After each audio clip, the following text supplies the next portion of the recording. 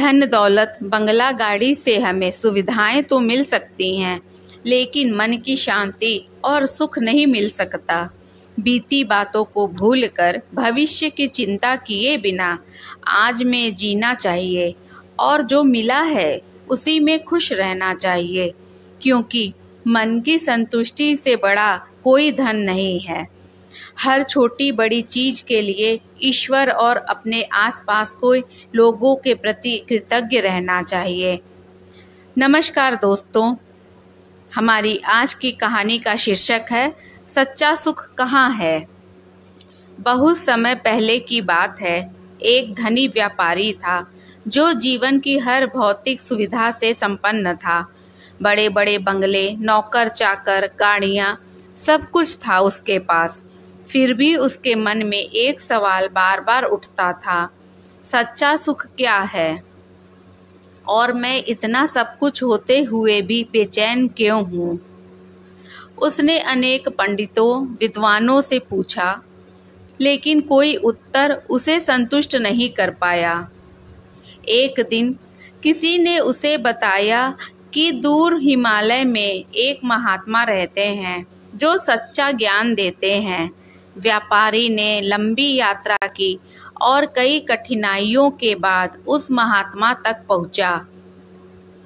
वह झोपड़ी में एक फटी चादर ओढ़े साधारण जीवन जी रहे थे। व्यापारी ने कहा, गुरुदेव, मेरे पास सब कुछ है, फिर भी मन अशांत है। मुझे सच्चा सुख चाहिए। महात्मा मुस्कुराए और बोले, अच्छा, तो चलो एक काम करो। इस कटोरी में सरसों के तेल की बूंद भरकर इस आश्रम के चारों ओर घूम आओ, लेकिन एक शर्त है, तेल की एक भी बूंद गिरनी नहीं चाहिए।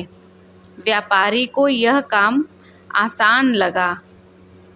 वह कटोरी लेकर निकल पड़ा। चलते समय उसका पूरा ध्यान कटोरी पर था, कहीं तेल छलक न जाए।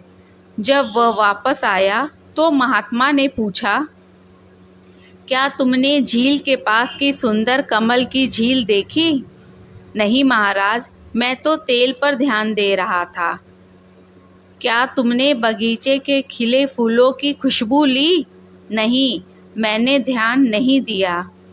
क्या तुमने आश्रम के बच्चों की मुस्कान देखी? नहीं, मुझे तो तेल की चिंता थी।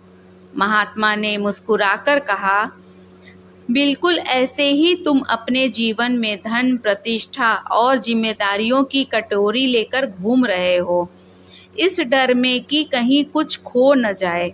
और इसी डर में तुमने जीवन की असली सुंदरता, प्रेम, सादगी, आनंद सब कुछ देखना छोड़ दिया है। सच्चा सुख बाहर नहीं, अपने अंदर है। जब तुम हर पल को पूरी तरह जियो, छोटे छोटे पलों में सौंदर्य देखो, तभी सुख मिलेगा।